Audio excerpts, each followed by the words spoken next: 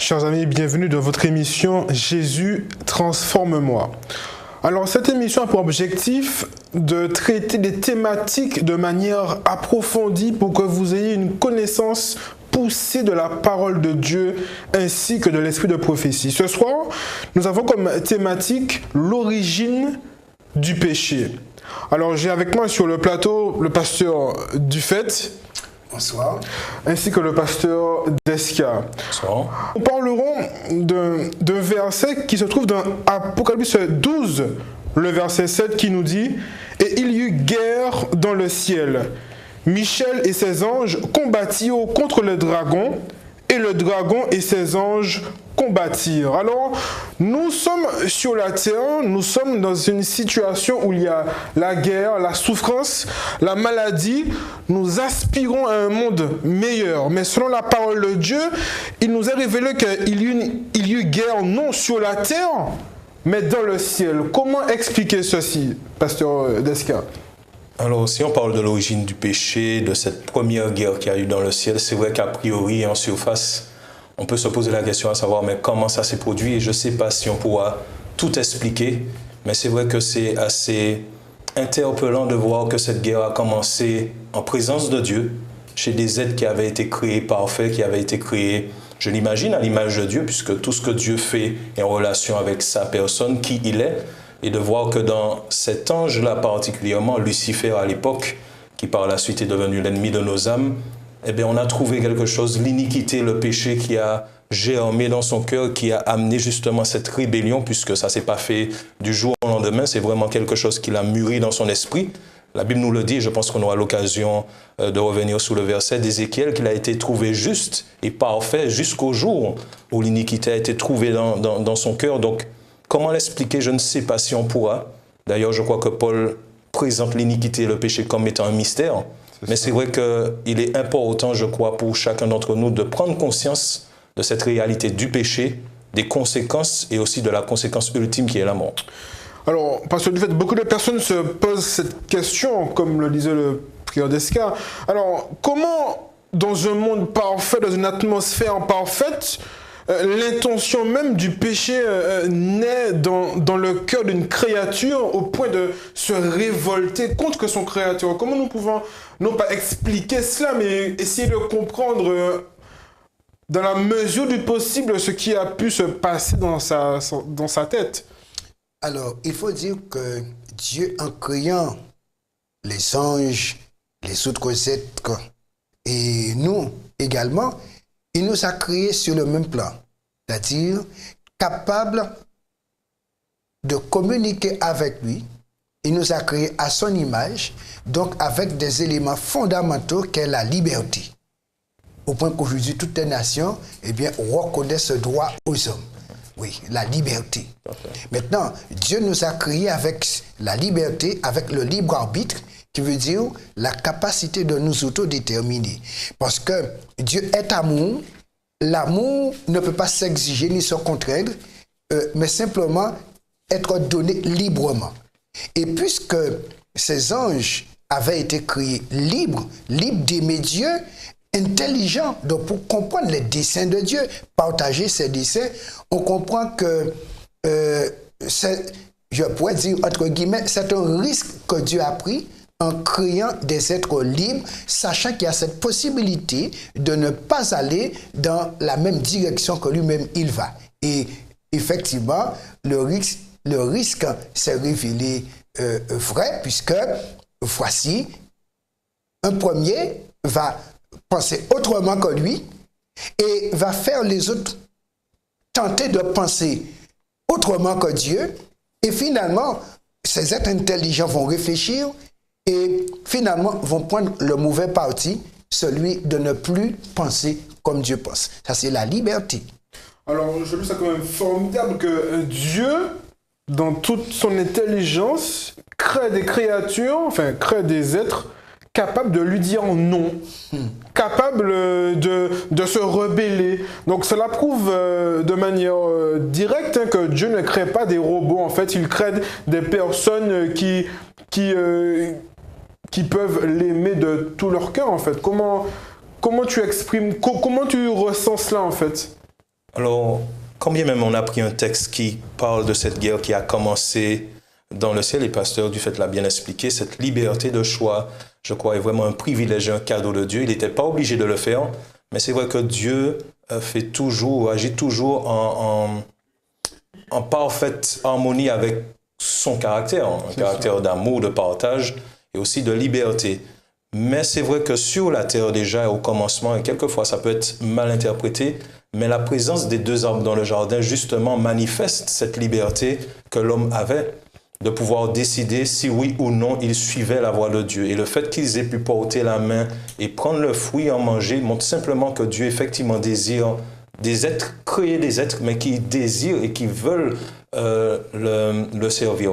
Personnellement, je préfère cet aspect de la chose. Et je me rappelle une fois, lors d'une discussion, on posait la question, est-ce qu'on aurait préféré ou pas avoir les deux arbres? Et certains disaient non, on aurait préféré qu'ils ne soient pas là comme ça.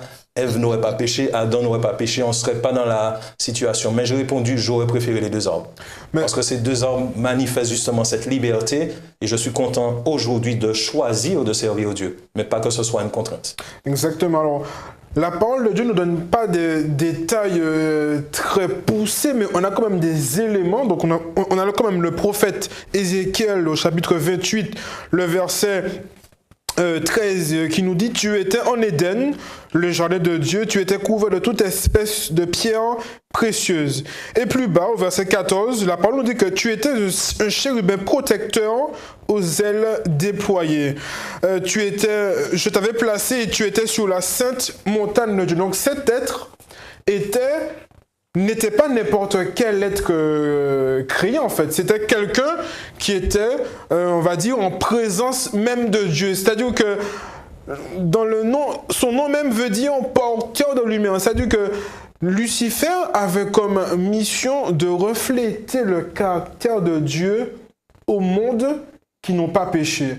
Alors, avec toute cette connaissance-là, que s'est-il passé? Pourquoi a-t-il eu cette envie justement de se mettre à la place de Dieu? Parce que nous le verrons un petit peu plus tard dans le livre d'Ésaïe. Alors, comment nous pouvons voir ça, Pasteur Dufait?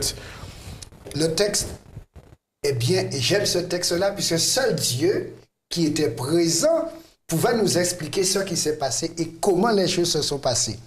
Voici, et c'est pour comprendre que Dieu n'a pas créé un diable. Premièrement, comme certaines personnes pourraient le croire, ou que Dieu et diable seraient frères, comme on l'a déjà entendu. Non, Dieu est clair, il a créé un être parfait avec une fonction la plus haute, puisque après la divinité, c'était lui, parce qu'en fait, il était le porte-parole, le porte-lumière du Père, et Dieu dit, il mettait le sceau à la perfection. Ce qui veut dire, quand Dieu fait quelque chose, c'est lui qui passait ses lits. Exactement. Ce qui veut dire, il avait une capacité de jugement pour pouvoir collaborer avec Dieu.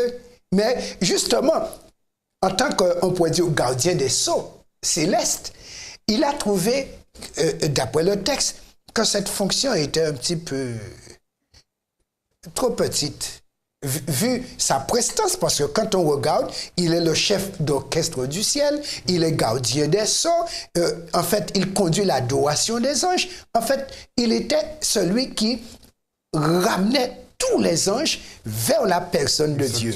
On pourrait dire comme le trait d'union entre les anges et Dieu. Tout à fait.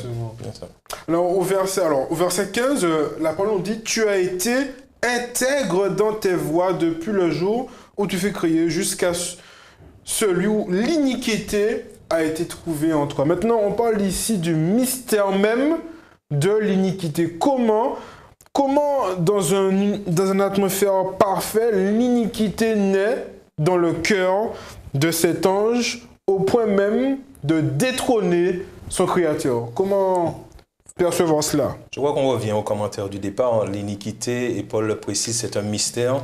Et je crois que ce serait une erreur pour un individu d'essayer de s'aventurer. D'ailleurs, certains ont essayé et malheureusement sont arrivés à la conclusion de rejeter toute la Bible parce qu'ils conçoivent que ce n'est pas possible qu'un Dieu parfait qui crée un être parfait finalement tombe dans l'iniquité. Mais il faut se rappeler que ce mot iniquité ou encore péché, selon le contexte dans lequel il est utilisé, mais c'est exactement la même chose. Dieu en donne une définition. Alors nous avons un Dieu et nous servons un Dieu qui est parfait, mais qui a aussi une discipline, qui a un ordre et qui a établi un cadre qui soit justement sécurisé pour permettre l'harmonie dans le ciel. D'accord? Et c'est vrai que le texte précise qu'il a été trouvé juste dès le départ. Et je suis content que Pasteur Dufay a bien précisé que Dieu n'a pas créé le diable, Dieu n'a pas créé le mal. Et j'espère que lorsqu'on parle de l'origine du mal, on est conscient que Dieu n'a rien à voir dans ça. Alors, comment expliquer? Je ne sais pas, mais une chose est sûre par rapport à ce que la parole déclare, c'est que Dieu n'est pas à l'origine de ça. Et d'ailleurs, Jean le dit, Dieu est lumière et en lui, il n'y a point de ténèbres. David, dans le psaume 92, va dire, il est mon rocher et en lui, il n'y a point d'iniquité, il n'y a point de péché. Donc, c'est vraiment des éléments à garder à l'esprit. Maintenant, cet ange, comme on l'a dit, avait le choix. Il a fait le choix d'aller à l'encontre de la loi de Dieu. Et je crois que dans cette rébellion, c'est surtout ce qu'il attaquait. La loi de Dieu pour dire que finalement, cette loi n'est pas si bonne que ça, mais elle nous contraint. Or, la transgression de la loi, justement, c'est ça le péché. Je crois que dans ce cadre parfait que Dieu a créé, Satan a osé, ou Lucifer à l'époque, a osé sortir de ce cadre et malheureusement s'est trouvé dans ça. Je ne suis pas sûr qu'il était vraiment conscient de toutes les répercussions de ce choix parce qu'il n'avait jamais fait le mal, il n'avait jamais expérimenté le péché, donc il ne savait pas forcément les conséquences, mais il a mal utilisé cette liberté de choix. Très bien. Malheureusement. Alors, ici, nous voyons un ange qui est dans une atmosphère parfaite, d'accord? Et il y a un élément nouveau qui apparaît, l'iniquité. Donc, en fait, au verset 16, la parole nous dit, par la grandeur de ton commerce, tu as été rempli de violence. Parce que du fait, quel commerce y a-t-il eu dans le ciel?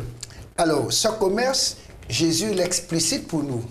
Dans Jean 8, verset 44, lorsqu'il s'adressait aux Juifs, et il leur disait, ces Juifs qui voulaient le tuer, vous avez pour père le diable.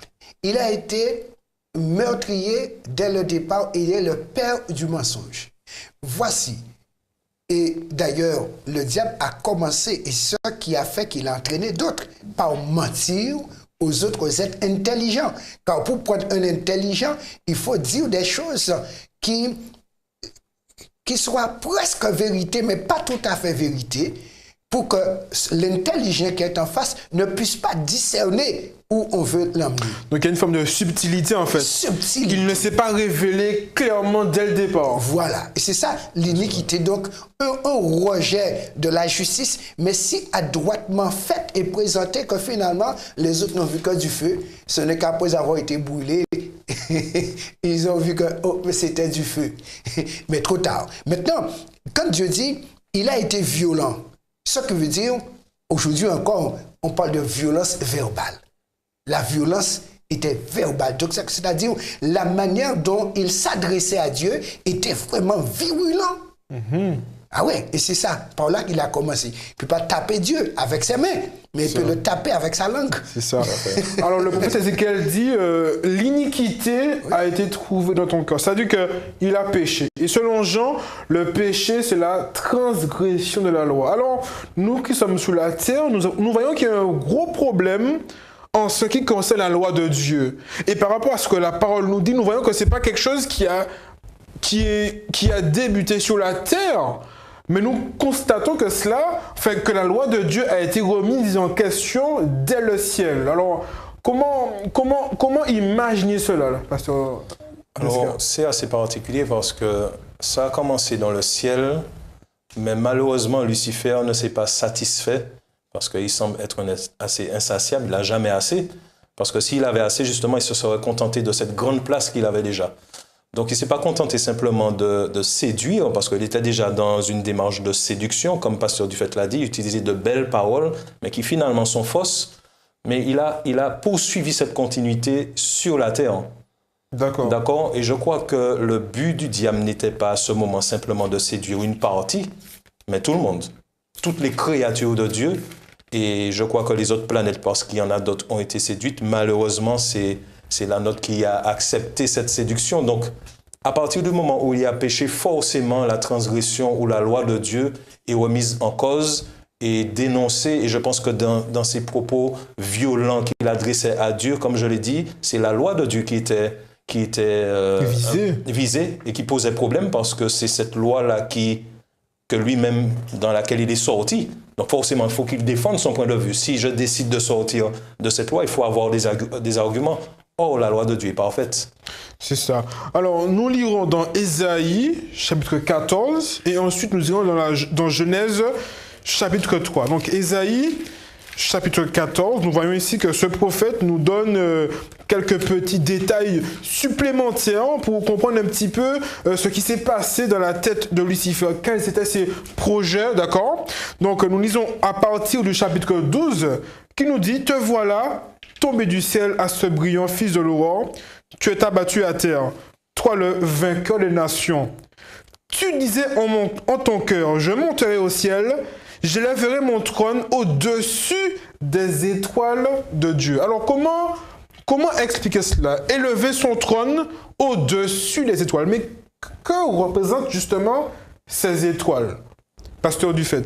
Alors, ces étoiles, ce sont les anges, les autres anges.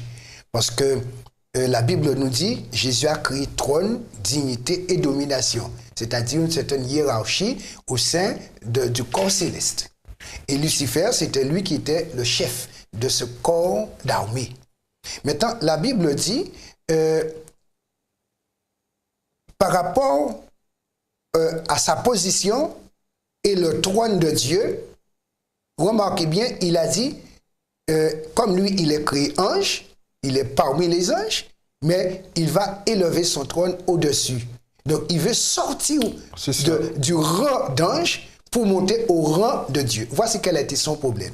Parce qu'il a dit, je vais élever mon trône, puisqu'il n'y a que le trône de Dieu qui soit au-dessus du trône des anges. Alors, il dit élever son trône. Est-ce que cela insinue qu'il avait un trône dès le départ pour être élevé à un niveau supérieur? On est en plein dans la folie des grandeurs. Hein. Et je crois que le problème du péché, nous qui l'expérimentons, nous rend un petit peu insensés quelquefois. Je crois qu'à cause de cette iniquité qui a commencé ou qui est née dans son cœur et qui a pris forme, a germé, a grandi, pardonnez-moi de le dire comme ça, mais je crois que le diable était déjà en train de commencer à dérailler. Parce que pour qu'un ange puisse sortir de son rang, de sa propre force, de sa propre personne pour être à la place de Dieu, c'est que forcément il y a quelque chose qui n'est plus trop clair.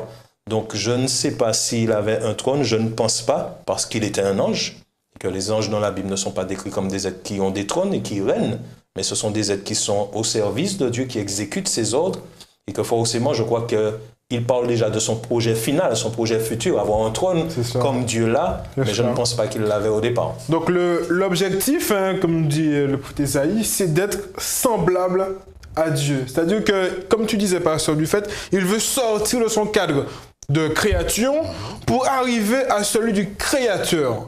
Maintenant, la parole de Dieu nous montre un conflit entre deux entités, entre le bien et le mal, d'accord? Maintenant, nous voyons que la première personne dont il est question est Lucifer, mais la deuxième personne, c'est Dieu, d'accord? Maintenant, nous qui sommes adventistes, nous croyons en trois personnes en Dieu. Maintenant, contre quelle personne de la divinité Satan était en conflit, en fait? Et comment prouver cela de manière biblique?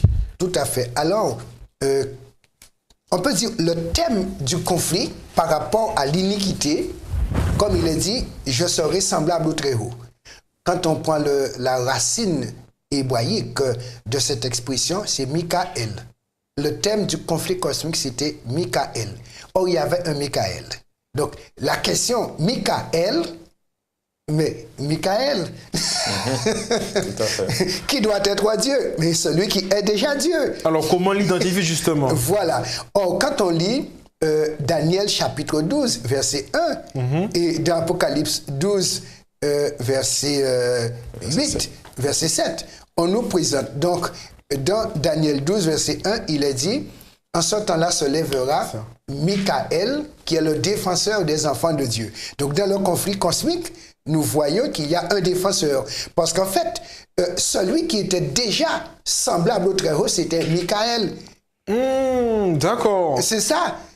Et c'est pourquoi lui, maintenant, il ne voulait pas rester en dessous de Jésus, qui est déjà Michael. Il voulait être placé au même niveau. que Jésus. Et il va jalouser la position de Jésus. Mais qui fait que Jésus soit à cette position d'honneur? Mais c'est le Père. Alors, Donc, la parole nous dit, je serai semblable au Très-Haut. Oui. Donc en fait, il veut, alors qu'il y a déjà quelqu'un Qui est semblable au Très-Haut. Oui, voilà, il y a déjà quelqu'un. Mais il envie cette position.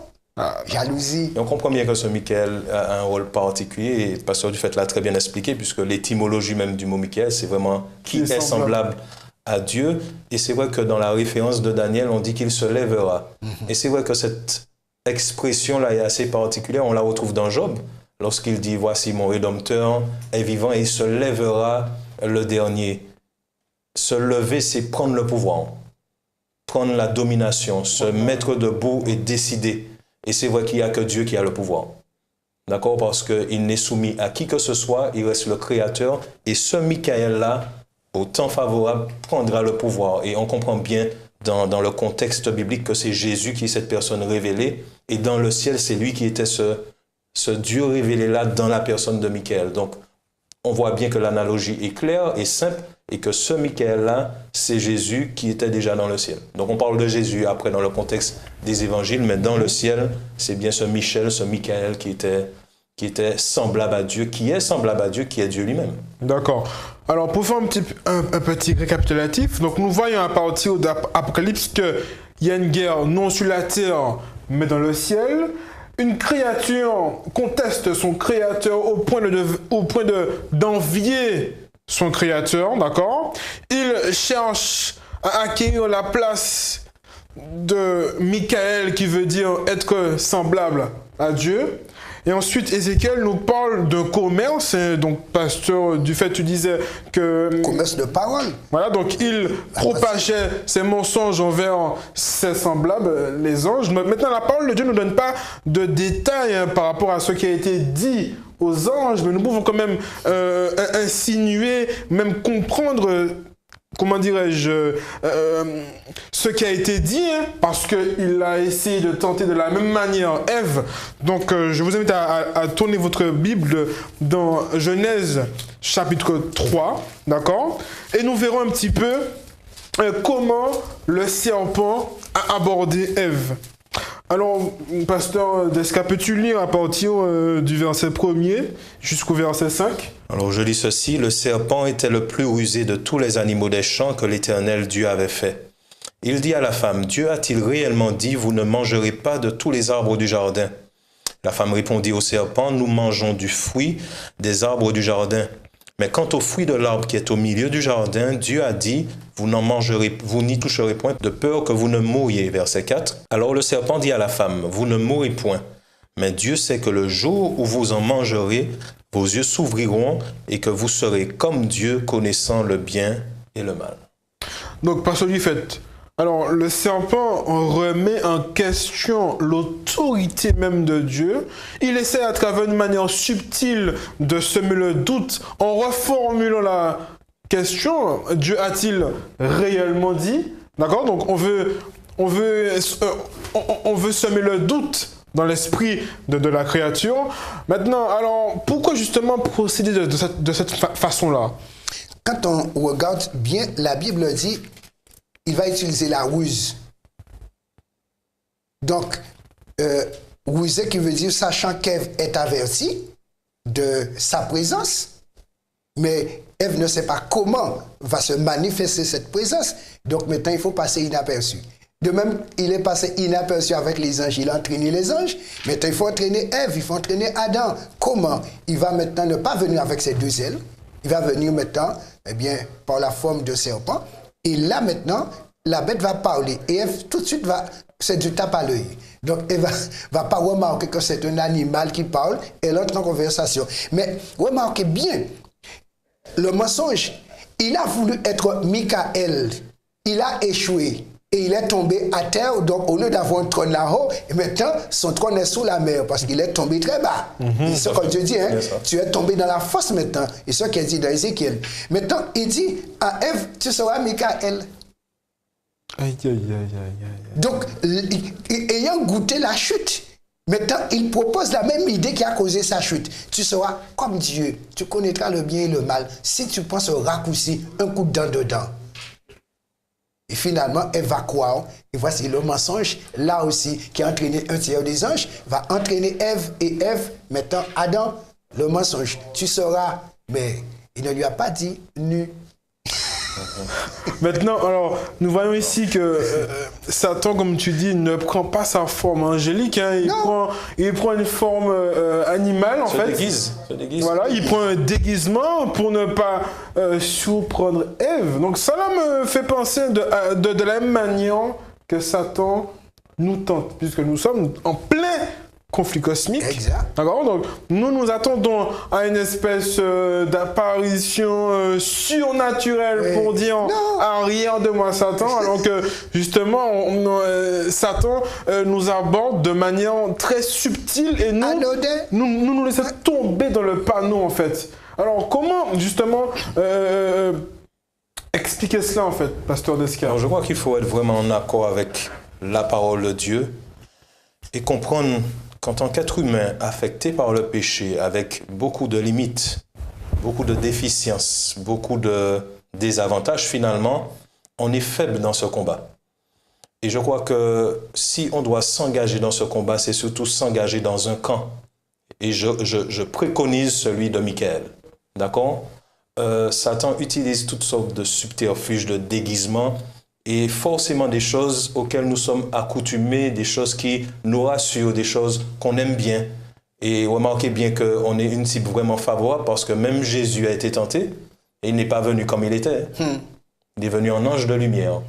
Jésus, c'est quoi un ange de lumière puisqu'il était au ciel auparavant. Mais ce qu'il faut comprendre, c'est ses déclarations. Et je crois que c'est la parole de Dieu et le Saint-Esprit qui nous permettent d'avoir justement ce discernement pour vraiment faire la différence parce qu'elle est tellement fine que son mensonge ressemble à la vérité. D'accord? Donc je crois vraiment qu'il faut aborder ce combat et cette guerre avec beaucoup d'humilité, ne pas croire qu'on a toutes les armes et les forces de nous-mêmes, mais vraiment faire confiance à Dieu. Je sais que c'est une réponse très spirituelle, mais je crois que c'est la meilleure parce que dans ce combat-là, nous sommes faibles. Donc il faut prendre le parti de Michael et laisser Dieu combattre à notre place. En fait. Donc dans cette lutte, dans cette atmosphère de guerre, puisque nous sommes dans une guerre spirituelle qui nous dépasse en fait, tu as parlé de la notion du Saint-Esprit. Alors parce que du fait, comment pouvons-nous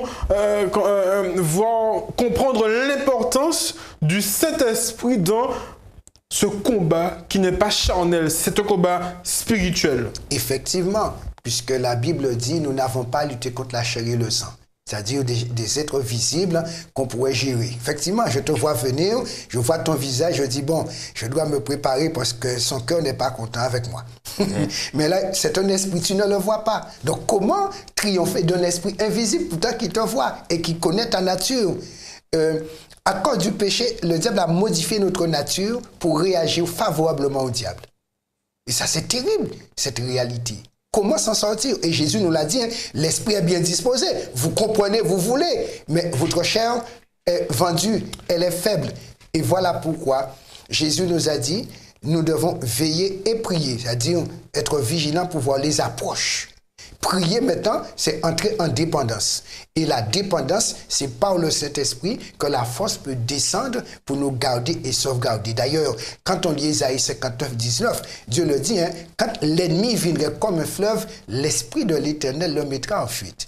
Et quand on lit Ézéchiel 36, 26 et 27, Dieu nous dit, ce que je ferai, je vais vous donner un cœur nouveau. Puisque celui-ci, il est gâté. Vous avez un cœur pucé, et avec ce cœur-là, le diable vous a facilement. Je vais vous donner un autre cœur, donc une autre puce. D'accord.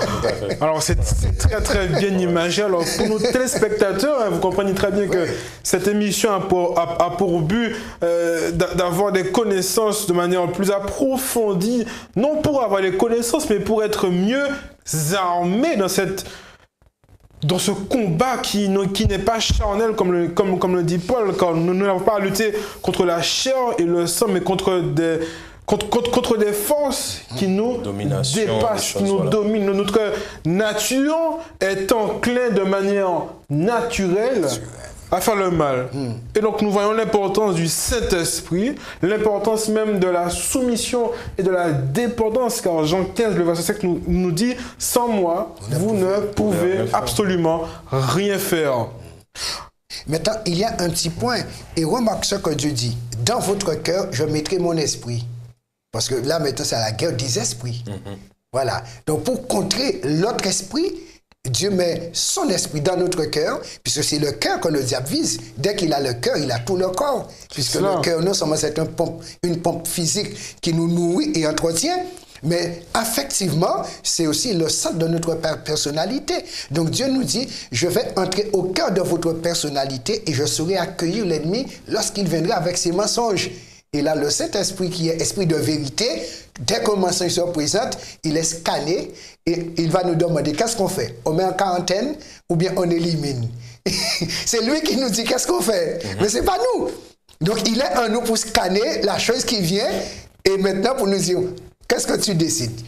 Alors, pour nous, notre devoir, ce n'est pas de mettre le péché en quarantaine dans notre vie, mais de dire au Saint-Esprit, élimine. Et là, on est sauf. D'accord. Maintenant, nous voyons dans la parole de Dieu, pour aller un petit peu, pour avancer un petit peu, nous voyons que Ève est séduite, elle pêche, mais elle n'est pas laissée toute seule. La parole nous dit au verset 9, « Mais l'Éternel Dieu appela l'homme et lui dit, où es-tu » D'accord? Maintenant, ça veut dire que Dieu se soucie de nous. Dieu vient à notre rencontre. C'est nous qui, comme la parole nous dit, c'est Adam qui, en entendant la voix de Dieu, se cache. Donc on voit ici que le péché, de manière naturelle, nous sépare de Dieu. Mais Dieu, dans son amour, d'accord, vient à notre rencontre. Alors comment imaginer cela par rapport à un Dieu d'amour qui n'abandonne pas ses créatures, mais au contraire, qui vient à leur aide? Alors, on voit déjà la gravité. Je ne sais même pas si on pourra vraiment la saisir pleinement, mais on voit déjà la gravité du péché lorsque Dieu pose une question qu'il n'avait pas l'habitude de poser. De demander à l'homme, où es-tu?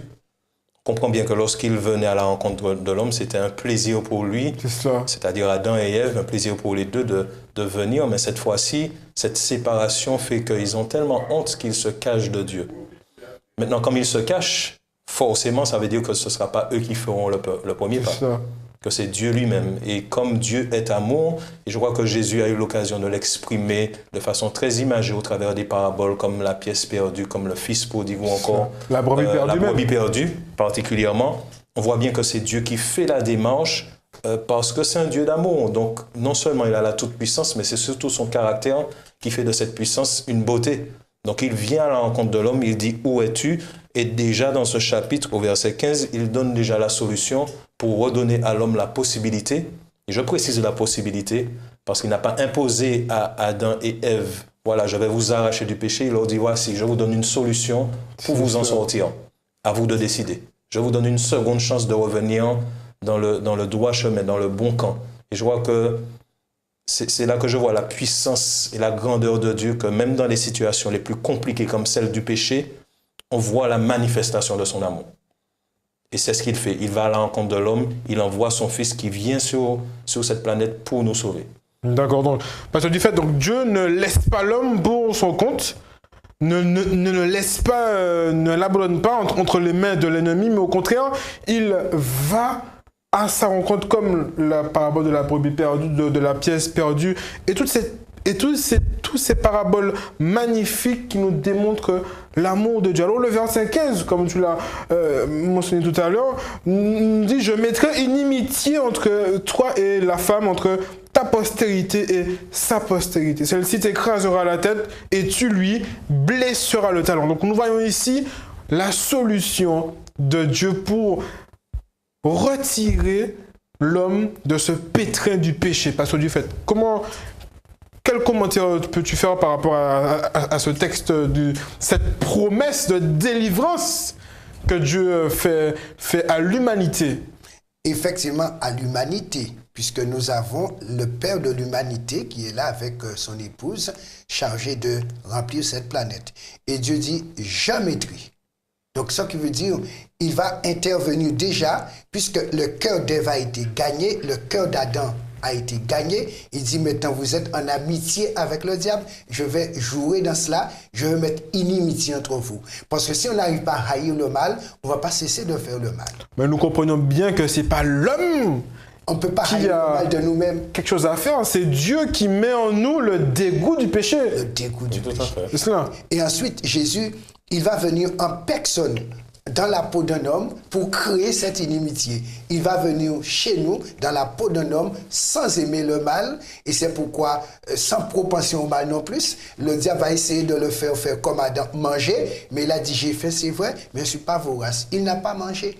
Et c'est ainsi qu'il va triompher dans l'humanité et de sa victoire relever l'humanité. Donc en Jésus, en Adam, l'humanité a chuté, mais en Jésus, l'humanité est relevée. Et maintenant, librement, il m'invite à m'associer à lui. Et c'est pourquoi on lit dans Apocalypse 17, verset 12 à 14, lorsqu'il est dit, ceux qui sont avec l'agneau vaincront.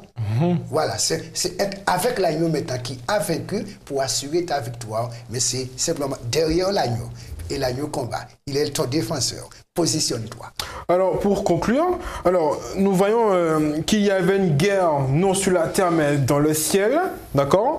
Le prophète Ézéchiel nous parle d'un être qui a été créé parfaitement et dont l'iniquité a pris naissance même dans son cœur. Le prophète Ésaïe nous dit que Lucifer voulait être semblable à Dieu, cherchant à voler même la position de Michael. Il répand des mensonges à travers l'armée angélique en invitant ses semblables à être comme le Très-Haut, ce même mensonge qui a été utilisé avec Ève. Et nous voyons, et nous connaissons l'histoire, Ève et Adam ont chuté, d'accord? Maintenant, Dieu ne laisse pas Adam et Ève seuls, il intervient, il déclare qu'il va mettre inimitié entre la postérité de la femme et celle du serpent. D'accord? Et nous voyons ici cette belle promesse de victoire totale et complète sur le péché pour l'homme. Donc, l'homme a chuté et Dieu intervient de manière personnelle pour le relever. Maintenant, Dieu va faire quelque chose d'extraordinaire à travers cet animal qui va être sacrifié. Mais cela, nous le verrons au prochain épisode. Je vous souhaite à tous une bonne journée, que l'Éternel vous garde et que l'Éternel vous bénisse.